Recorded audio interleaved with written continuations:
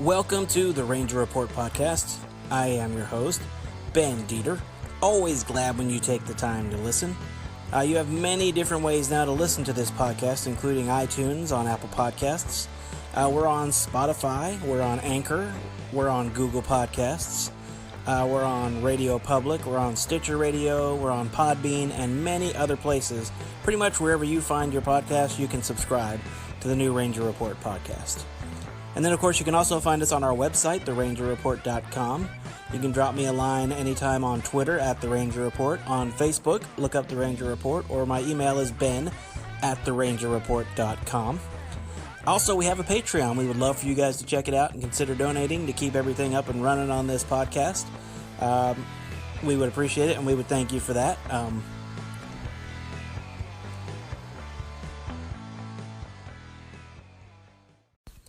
All right, this week's podcast, we're going to talk to one of our listeners who sent in a voicemail, which you can do on Anchor. If you go to Anchor, The Ranger Report, there's a place to do that. There'll also be a link on my Twitter and Facebook. If you ever want to leave us a comment, we will try to get as many of them as we can on the air. I'll answer his question that he had for me, and then I will talk to Jeff Wilson of the Fort Worth Star-Telegram, of course, Rangers beat writer, been doing it for a long time. Good interview, just talking about how things progressed and now how things are going with the season getting underway. And then I will talk to Rangers Radio Network Jared Sandler. We'll talk to him about his job and about how he got into it and a little bit about the season as well. Really good interview. I think you guys are going to enjoy that one a bunch. Normally we will do This Week in Rangers History and Week in Review and a top 10 countdown of something, things like that I'll throw into each episode. But because of the two interviews, this episode is already running longer than I wanted it to. I try to keep them around 30 or 35 minutes, just not to waste too much of your time, just to have you guys enjoy a short podcast and get on with your day. But this one's going to be a little bit longer, but I think you're really going to enjoy it because of the interviews with Jeff and Jared. So that to look forward to. So anyway.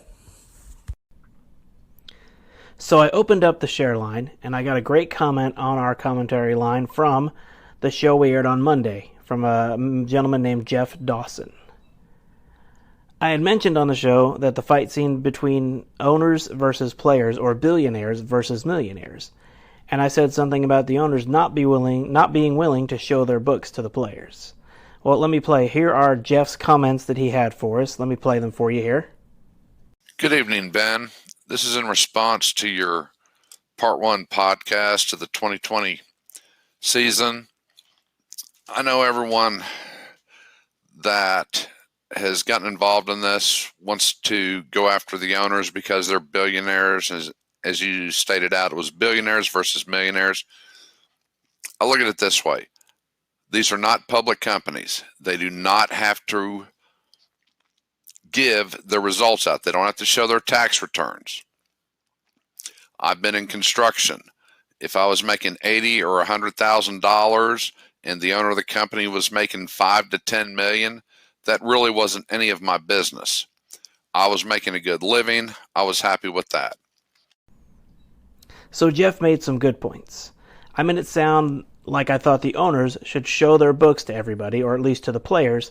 But in actuality, that is not my honest or true opinion. I did not script my monologue, which I usually try to do, so I say exactly what I mean to say. Jeff makes a great point about the companies being private, not publicly owned companies, and the owners have no obligation to show their books to anyone. I don't know about you, but I'll probably never make $1 billion over my lifetime.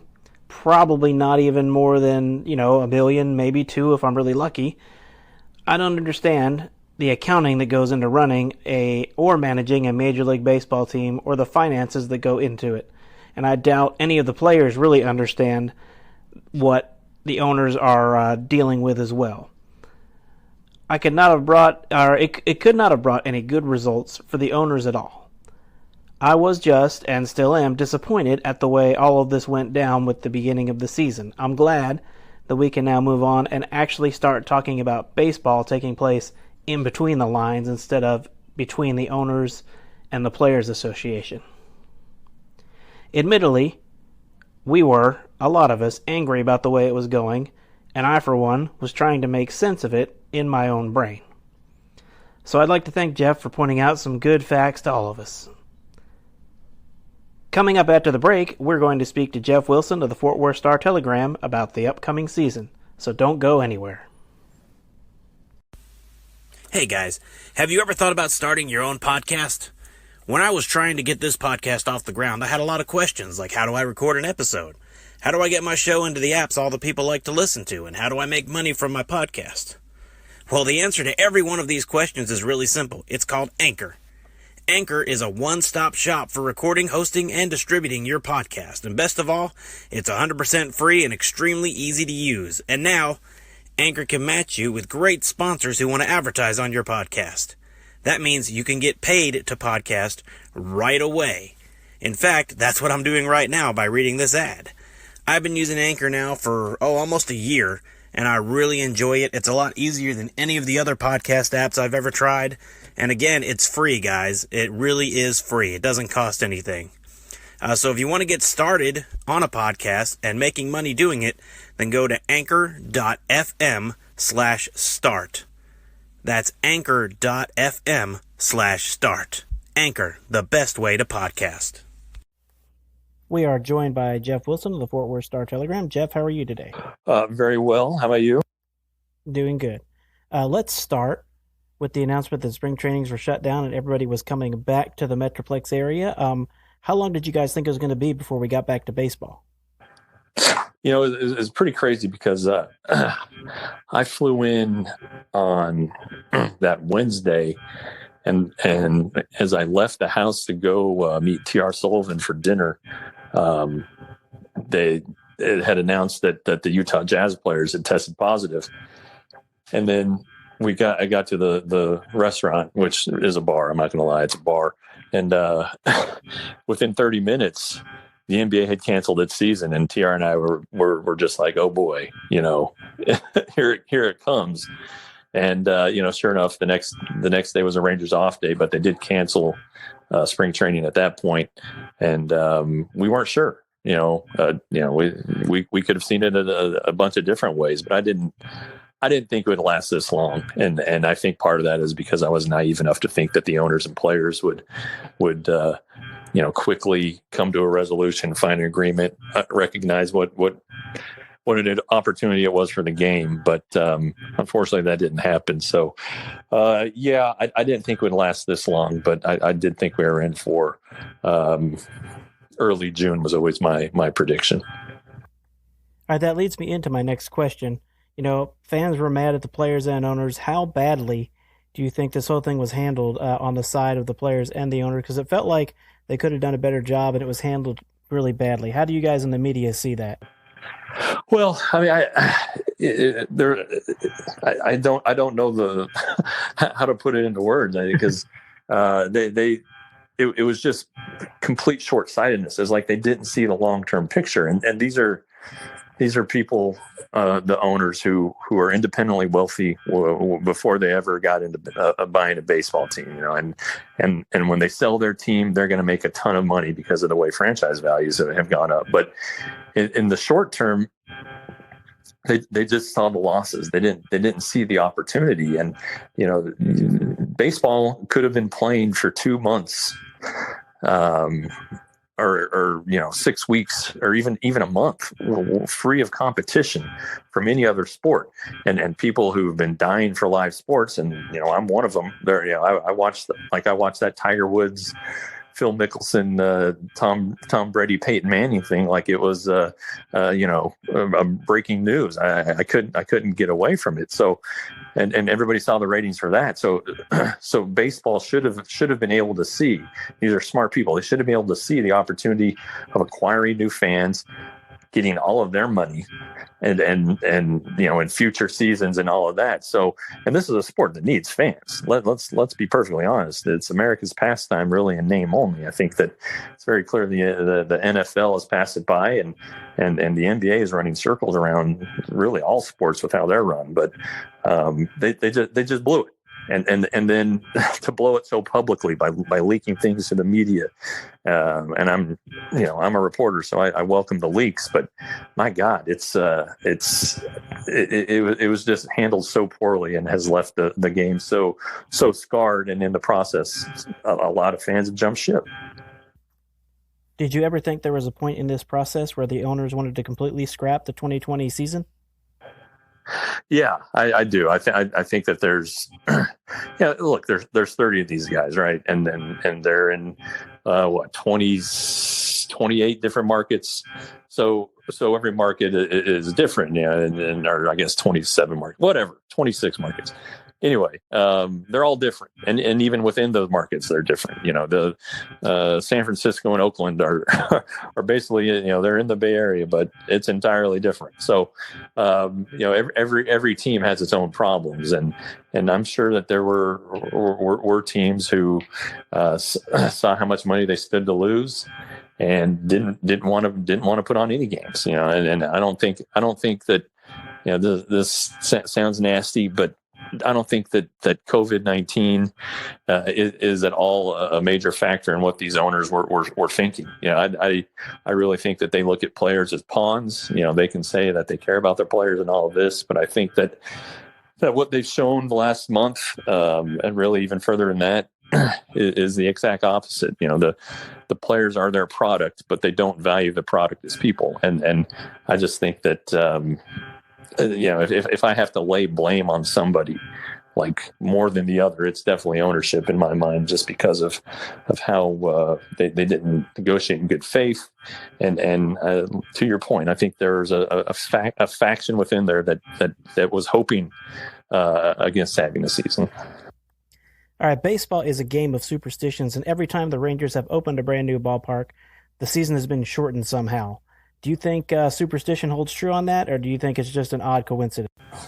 Well, I don't know. I think it's a game, really odd coincidence. But the Rangers here have been, when there's the segment of the fan base who still strongly believe in the curse of Nolan Ryan, and that getting rid of Nolan Ryan sent the franchise tumbling. And in 2014 wasn't all the injuries and the decision to hold a mid-season tryout camp, because people don't then recognize that the Rangers won the division the next 2 years. So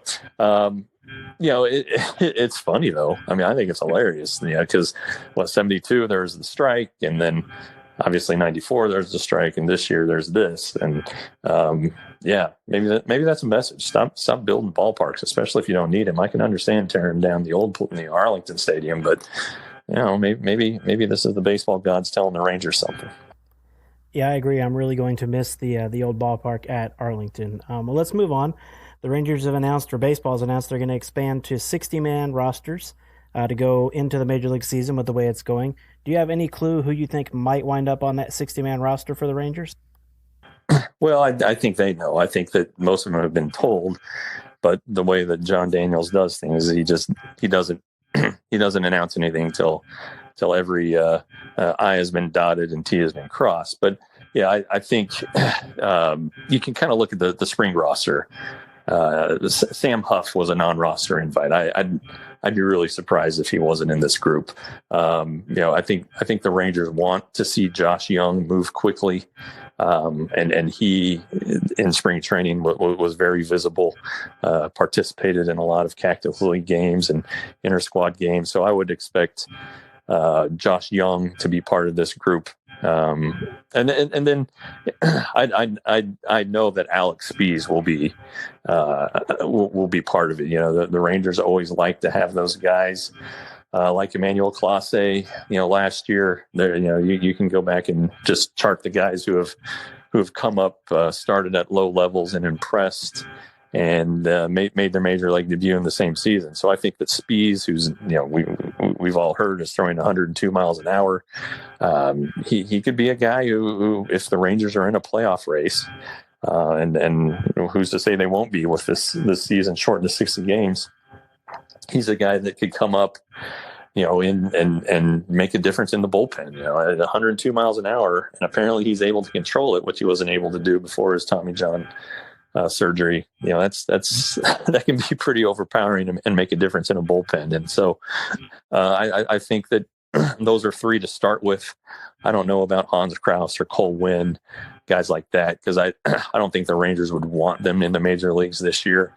But I think, Tyler Phillips, who's on the 40-man roster, those kind of guys, Jason Barr, who's not on the 40-man roster but was an invitation to spring training. And I think those are kind of the prospect types who you will see. Shirt and Apostle again on the 40-man, but Leody Taveras, another 40-man guy, but they'll be part of the camp. That leads me into my next question. I've been blogging and podcasting about the Rangers for over 10 years, and we've never seen anything like a 60-game season at all. Is there absolutely any way to predict what's going to happen, who's going to come out on top, who's going to be here at the end of this thing, or not? Yeah, it really is. I mean, you know this, I'm sure, but last year at 60 games, the eventual world champions would not have been in the playoff picture. So that tells you a lot about the course of a baseball season and how things can work itself out, and how sometimes it just takes time for things to click. Well, we don't have that time this year, and so teams who start hot are gonna have an inside track. Teams that stay healthy will definitely have an inside track. And just kind of look at the pitching, the Rangers rotation. Mike Minor last year was the best pitcher in the American League, arguably for the first half of the season. Lance Lynn, though, his first couple of starts weren't very good, and it took him a while to get on track. Corey Kluber traditionally hasn't been Corey Kluber early in the season. So, if the Rangers were hoping to win based on their rotation, which they were, they need these guys to be firing out of the gate. And another thing I think that can't be overlooked is in the bullpen. The Rangers, despite their pretty good start to last year and their good first half, just think how much better it would have been if the back of their bullpen had been a solid unit.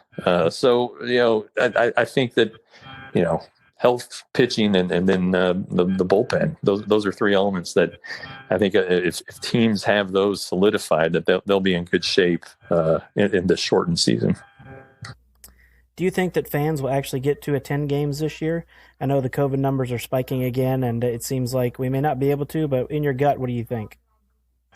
Well, in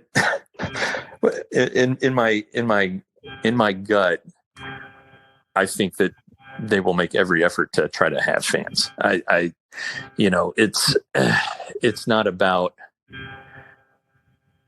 It should be about health first, and it should not even be on the table. But it is because money. I mean, I hate to sound like that and look at it so not in a broad sense, but that's it. I mean, it's very cynical to say, but the Rangers will have a chance to tap into revenue streams that other teams won't have. They'll have a chance to get a bigger slice of the pie. The owners' pockets will actually have a little money in there. So I hate to say it, but I think that's going to end up being the case. Now, the one thing that could change, the one person who could change that is the governor. And, maybe he will, maybe he won't. You see cases are spiking, hospitalizations are up, but deaths are declining. So, it's a new demographic who's getting hit by COVID, younger people who are healthier. I don't know if it's because they just started flooding bars, or if they protests or what it was. But whatever the case, the demographic has shifted a little bit.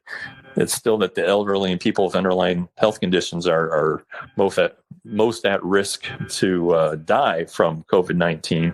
But the younger people now seem to be the ones who are getting it more. Now, it's kind of like baseball. You can turn a statistic any way you want, and maybe there's a way that the Rangers will justify this, but I still think the bottom line is going to be money. I know you haven't had a lot of contact with players, but you've talked to some of them. How worried do you think they are going forward into this season about contracting COVID-19? Well, I think that just depends on where these guys are in life. I don't know that Joey Gallo and Willie Calhoun and these younger guys are as concerned about it as Shin-Soo Choo, who's 37 and is a father of 3. I think that his level of concern is a lot different, and Choo has a pretty unique perspective on it because he's from Korea. His family went through it first, being sheltered in place. And Busan is the town where he's from in South Korea. And he definitely has a different perspective. He called me one night out of the blue, and, he had just gone to the grocery store and he couldn't believe what he was seeing as far as people not social distancing and wearing masks. And so he just has an entirely different level of concern. And these players, I don't know if you've looked at the operations manual. It's incredible how limited they're going to be on the road. They're not supposed to leave the hotel. They can't go to restaurants. They aren't supposed to even hang out in the lobby. There might be a Starbucks in the hotel lobby. Well, they can maybe go get the Starbucks, but then it's right back to their room. I mean, it's crazy the limitations they're going to be under. So it'll be interesting to see. I mean, I'm fully expecting players across the game once the season begins to get sick, and you're seeing players now who've gotten sick. Look at the Rockies guys who've gotten sick, and the Phillies at their camp. It's pretty nuts. And John Daniels said it yesterday. We had a conference call. He said it's not about eliminating the risk, because eliminating the risk is impossible. It's about minimizing the risk, and they're gonna give it their all. But I'll just be shocked if there's not a number of players across the game who are COVID-19 positive at some point. Well, the season begins on July 1st, coming up just in a few days. Jeff Wilson of the Fort Worth Star-Telegram, thanks for joining us today. All right, Ben. I appreciate it, man. All right, yes, sir. Thanks. Have a good.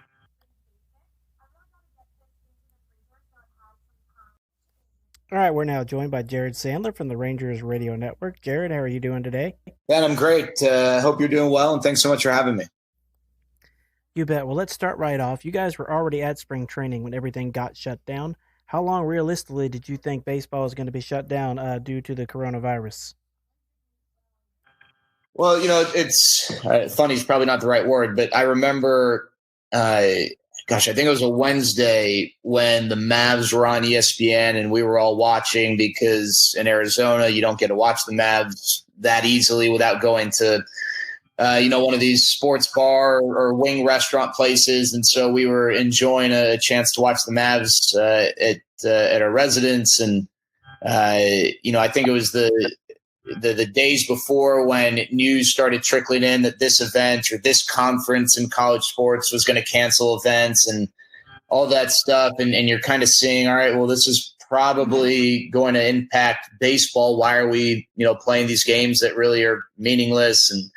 And then when the Mavs game was going on and they announced in the middle of it that the NBA was going to suspend its operations, we all kind of looked around, as with some of the, my other broadcaster friends and a few other people part of the organization. And we're like, all right, I mean, if the NBA is going to cancel meaningful games, there's no way we're going to be doing this a whole lot longer. And I think the next day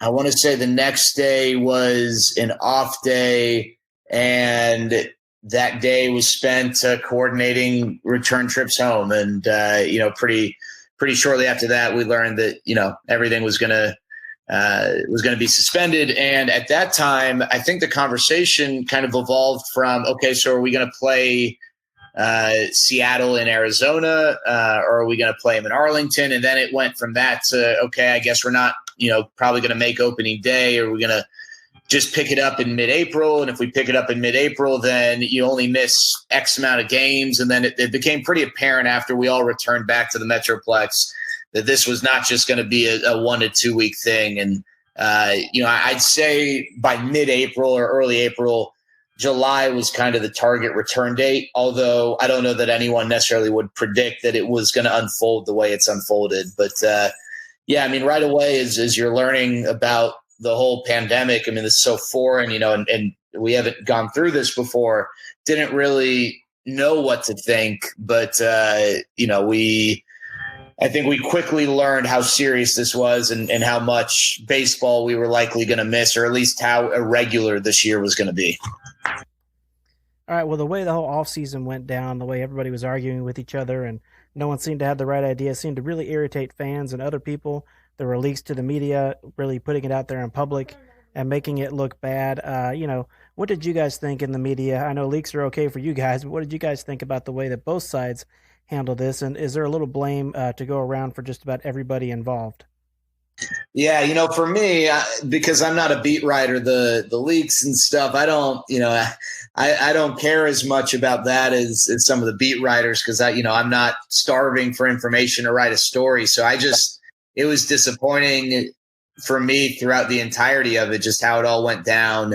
You expect negotiations, are not just always going to be peaceful. And I definitely didn't have the expectation that the two sides would go through this without disagreement. And, what should also be noted is that while people want to compare Major League Baseball situation to the NBA or the NHL, and I certainly have done that, the challenges that baseball faced were much larger, because the owners for NBA and NHL teams at least had 3/4 of a season worth of games to generate revenue, whereas the Major League owners didn't have any of that, and the players didn't have any of that to earn money. So they definitely had more significant hurdles to leap over to get to where I guess we are now. But it just seems like the negotiating tactics from the ownership side, the league side, rubbed the players the wrong way. And at that point, they both started maybe acting somewhat stubbornly, when at the beginning there might have been a greater willingness to compromise. And my only thing with this is I hope that, first of all, there's no winner or loser in this. Everyone's a loser with the way it all played out. It's a missed opportunity for baseball to maybe, at a time when fans are really thirsty for competition, get in first, or at least maybe do things to generate new fans. I'm not worried about diehard fans. Like I'm sure yourself, Ben, and certainly people like us, we're going to still love baseball. We're still going to watch baseball. But the problem with baseball right now is that the fans are really old. And I think the average fan is in his or her 50s. And I don't mean this morbidly, or I certainly don't say this lightly, but those people are, they're a lot closer to leaving us than 20-year-olds are. And the baseball definitely needs to get younger in terms of fans. And I think that ultimately, we're going to have a season. And while I definitely had nights when I'd go to sleep wondering if that would be the case, for the most part, I didn't have a whole lot of doubt that there would be a season because of the good faith agreement that was consummated in March. But I do think there were some missed opportunities. No matter if you want to take the player's side or the owner's side, picking sides might really just be futile. What I hope comes of this is an understanding and a realization that when the CBA expires late next year, the negotiations have to go about in a much smoother way than they did this time around. And maybe lessons can be learned in advance of that based on these experiences. And if that's the case, then all right. Really at the end of the day, I think we'll be able to move on and no big deal. But if this is a sign of what's to come next year, then that's really disappointing. And to be honest with you, for someone like me whose job very much revolves around baseball, it's somewhat frightening. I've been doing this for a little while now, and I have never seen something like a 60-game baseball season. Nobody has, obviously. So do you think there's any way to predict the way this season is going to go down, who's going to be left standing at the end, who's going to be good and who's not going to be? No, I mean, there are a few ways to look at this, Ben. I think, first of all, I think this is going to be really exciting. And, I've actually had conversations, quick side note, with Mike Bassick, who used to pitch for the Rangers and does radio here in the area and does some TV as well, about Major League Baseball adopting the minor league split half season, because you would have maybe not two sprints, but you wouldn't have to endure one long marathon, and it could help creates an extra excitement in regular season baseball, because now the games are twice as important as they previously were. And it helps reinvigorate fan bases for teams that maybe had a bad first half, the second half, because the record's reset. And, when he first brought it up to me, I thought initially that's kind of crazy, probably never going to happen. And I still think that it's probably not going to happen, but it would be really exciting to see. The problem is, in all these sports, you don't usually get the opportunity to say, hey, we're just going to try something for this year, especially something as drastic as that. That usually does not happen. And while we're not necessarily having it play out apples to apples based on Mike's suggestion, it will be exciting to see what a 60-game season looks like. And maybe if there is excitement and engagement that captivates a wider audience, maybe Major League Baseball will look into different ways they can withstand 162 games and create more excitement. I don't know. I'm definitely really curious to see how it plays out. I think on one hand, you're probably going to have a lot more teams who are in the race when the final 2 weeks hits. And the reality is, while the Dodgers and Yankees and Astros certainly could end up being the best teams, like a lot of people think they will be, over a 60-game stretch, I looked at this. I think of teams last year that won between 70 and 80 games, about a third of them had a stretch of 60 games in which they won 35. And I think about half of them had a stretch of 60 games where they won 32. And, I guess that goes to show that even a sub 500 team over a 162 game stretch could very easily make the playoffs or surprise some folks.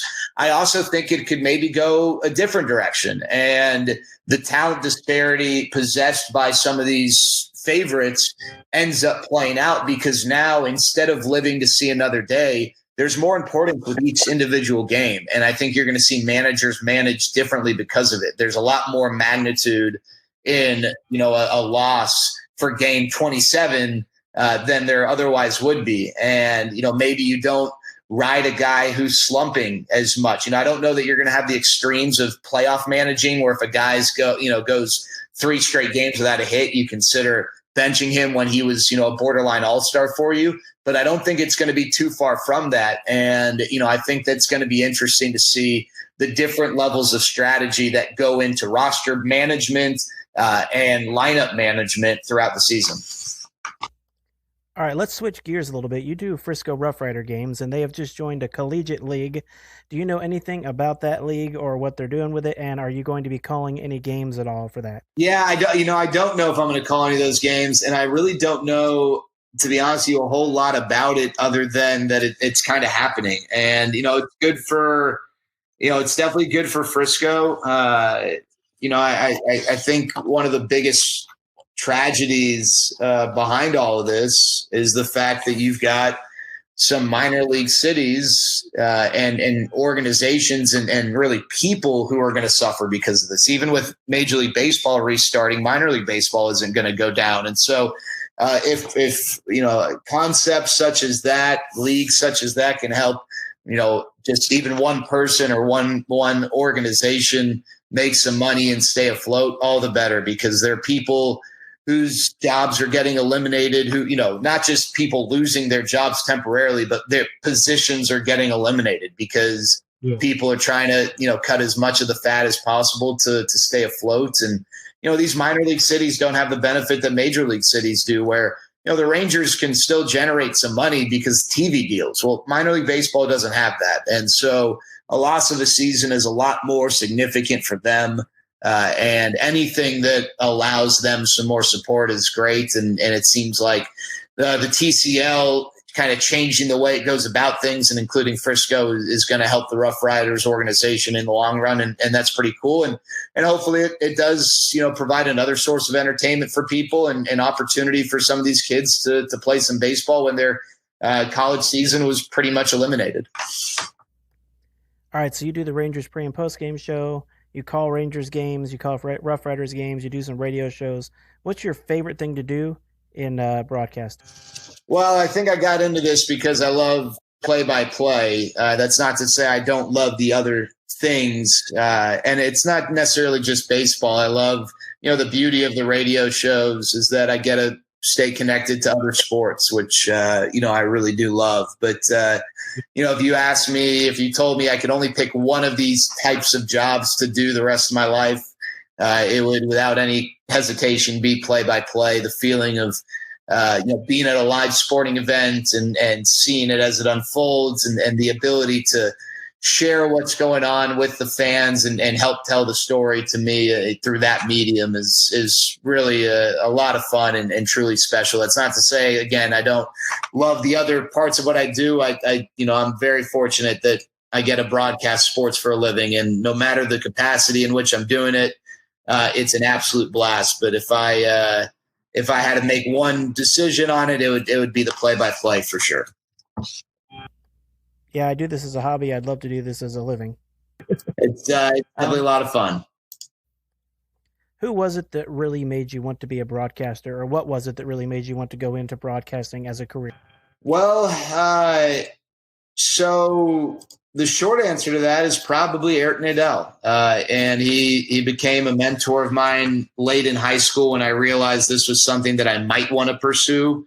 And then throughout college, as I really was starting to pursue it. And then ultimately, as I pursued it after college as a quote unquote professional career, he was, probably my foremost mentor. And I pinch myself whenever I think about the fact that I actually get to broadcast games with him now and get to be in the booth with him. But I think the evolution of my story, be it as it may, is a little more detailed. I grew up without a TV in my room like a lot of kids, but I did have a radio, and I'd go to sleep listening to sports talk radio if there wasn't a game on. But if there was, I'd listen to Rangers games or Mavs games or Stars games. The rare occasion the Cowboys had a night game and I wasn't able to watch it, I'd listen to Cowboys games as well.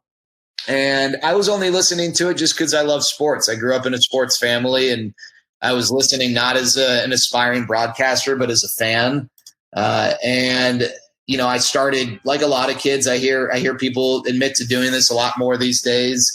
They'd watch a video game or play a video game, and they would turn the sound down and broadcast. And again, I would do that just because, I don't know, it seemed like it was fun to do, but not because I thought this was a career path. And I played sports all throughout high school, and for a long time throughout that process, that was my main focus, was playing. And, eventually I faced a decision where it was, all right, I can play beyond high school. I had a few different options, thankfully, but not, major D1 schools where I'd receive a scholarship, and certainly by no means to the point where I thought that was a legitimate option beyond college. And I made a decision to, make a collegiate choice based in large degree on this desire to pursue broadcasting.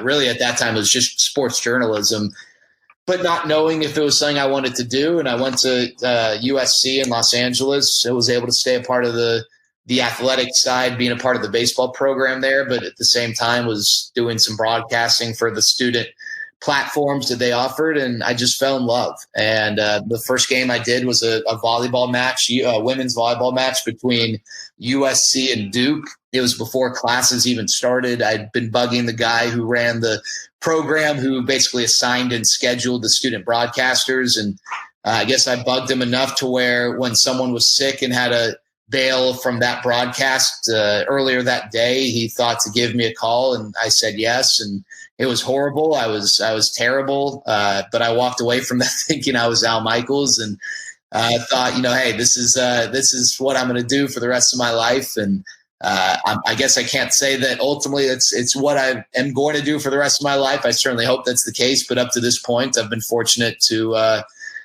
trick enough people to letting me do this. So it's been a fun journey, a lot of bumps, a lot of challenges along the way, but it's been incredibly rewarding, and I definitely love what I do.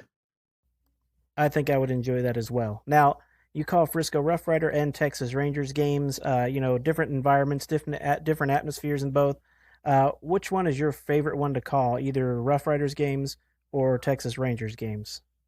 Well, I think the Rangers, I grew up a diehard Rangers fan, and getting to broadcast Rangers games to me is a treat. I think as a broadcaster, you always aspire to, or for the most part, aspire to call games at the highest level, and Major League Baseball is that. And that, when I shifted from broadcasting, shifted from, wanting to play professionally to wanting to broadcast, the immediate dreams were getting to broadcast, at the NBA or NHL or NFL or Major League level. I will say that the Frisco games are an absolute blast, though, and it's an awesome change of pace in the middle of a long baseball season. I've gotten to call games for the most part with Mike Bassick and David Murphy, and we have a lot of fun. And I love getting to do TV. That was my first introduction to TV on the baseball side. That was, for the better part of the first 6 or 7 years as a broadcaster, I pretty much only did radio. And it was somewhat because of a stubbornness. I love the art of radio, but more just because of lack of opportunity to do TV as I was, going through these various stops to ultimately get back to DFW. And when the opportunity to do TV came about, starting with the Texas Legends and then some college basketball on the hoop side, it was a lot of fun. And then, the Rough Riders asked a few years ago if I'd want to do about 10 or so TV games for them. And I with the blessing of the Rangers, said yes. And I love getting to do it. It's a lot of fun, and it's a great opportunity for me because I am so passionate about the entire organization to get to see and not just read about some of these prospects. It's awfully tough to do because the Major League season is such a grind, and I don't get the chance to just take a day off and go see, Leody, Taveras, and Frisco, but getting to do those games gives me that chance. And, I got my start in minor league baseball, and I think minor league baseball, you kind of alluded to it in the question, it's special environment, special people, special scene, and I love getting to stay connected to it in some way. So my time in Frisco, hopefully, after the pandemic clears, I'll still get to call some games. But I definitely have enjoyed it. But I pinch myself, when I got to be in the booth for games at Globe Life Park, the place I grew up going to fall in love with baseball, and getting to broadcast Major League games is really something that will always be incredibly special to me. Yeah, covering a Ranger game is something I've always wanted to do. I've been fortunate enough to cover AA and AAA baseball from time to time, but I have not ever sat in the press box at Rangers Ballpark, and I'd love to make that happen one day. That would be a lot of fun. So you did talk about Eric Nadel a little earlier and how he was an inspiration to you. You talked about, how you grew up listening to him and had a friendship with him. So the first time you sat in the booth with him, either in spring training or regular season, were you nervous? I don't get nervous about a lot, but I think sitting down with him would make me really nervous. Well, it was a combination of things, Ben. It was, first of all, it was emotional. So the first game I called with him was a spring training game. That was the first time he and I were the two voices behind the play-by-play call. And then I got a call a regular season game with him later that year. And they both are special. But like I said, I was really fortunate. Not only did I grow up listening to him like many, and, he, before I even realized it, helped me develop a love for the art of broadcasting. I reached out and was able to interact with him in high school and ultimately meet him and develop a relationship with him that has been so instrumental to my development. And to, it was somewhat random that, Eric decided to take a liking to me, and we developed that relationship. And, he's so gracious and always willing to help. And I see it now that I work with him and all the people who reach out. But then to actually get to do this after college, and then ultimately, the odds of me broadcasting for a major league team at all are slim to none. And Slim was definitely, with one foot out the door. And then to get to do it for not just my hometown team, but the team for whom my mentor calls games, and to be in the booth with him was, it's crazy. It's in some ways, I guess, if you think of like the odds and the percentages, somewhat unfathomable. And then you also consider that, I don't view myself as really anything special in broadcasting. I'm just, I guess I'm not bad. Hopefully I'm not bad, but I'm not the LeBron James of broadcasting. I have some of my friends who are around my age who are super studs. And, they were born to do this. And I don't know that I had that carpet laid out for me. I've had to, really work hard to try and earn, whatever opportunities that I've received. And like I said, tricking some people and having some luck. And so getting to call a game with him was really special. And frankly, I don't get nervous by a lot anymore.